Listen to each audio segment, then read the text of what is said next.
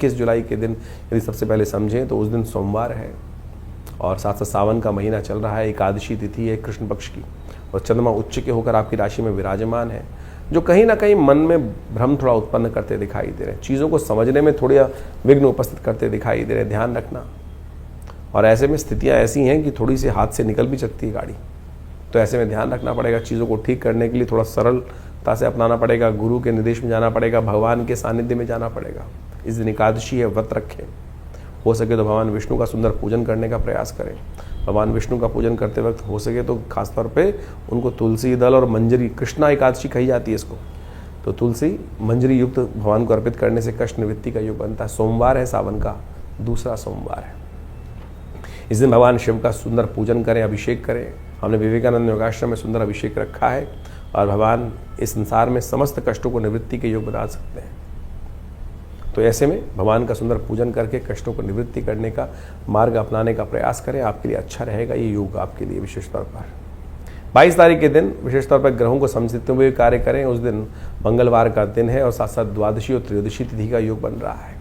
इस दिन ग्रह नक्षत्रों के दृष्टिकोण से आप समझें कि आपके लिए खास योग है, जो का बनता दिखाई दे रहा है वो परिवर्तन की तरफ जा रहा है। ग्रह परिवर्तन की तरफ जाएंगे, चंद्रमा परिवर्तन करके आपके भाग्य में पहुंच जाएंगे, बृहस्पति के साथ विराजमान हो जाएंगे, जो आपके लिए चीज़ों को बहुत सुदृढ़ करेंगे, भाग्य से रास्ते देने के योग बनाएंगे, गजकेसरी योग बना के तैयार है। तो ऐसे में विशेष तौर पर थोड़ा सा और पुण्य करने का प्रयास कर लीजिए। पुण्य की तरफ प्रवृत्त होंगे तो भाग्य जागेगा। बृहस्पति भाग्य में जगाने के लिए तैयार बैठा हुआ है और आगे आने वाले कष्टों से निवृत्ति के लिए थोड़ा सा भाग्य को ठीक कर लीजिए।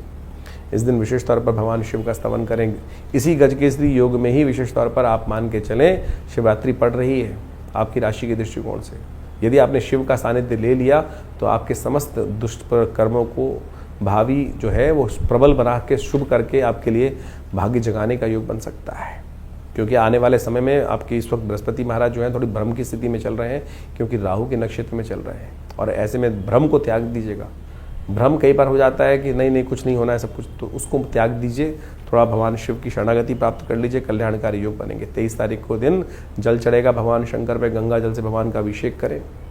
आश्रम पे विवेकानंद योगाश्रम ने सुंदर कार्यक्रम रखा है। शिवरात्रि के अवसर पर भगवान का दूध से, दही से, घी से, खीर से, सबसे, और केसर इत्यादि सबसे भगवान का पूजन रहेगा और आप सब भी उसमें सम्मिलित हो सकते हैं भगवान का पूजन करने के लिए भस्म आरती में।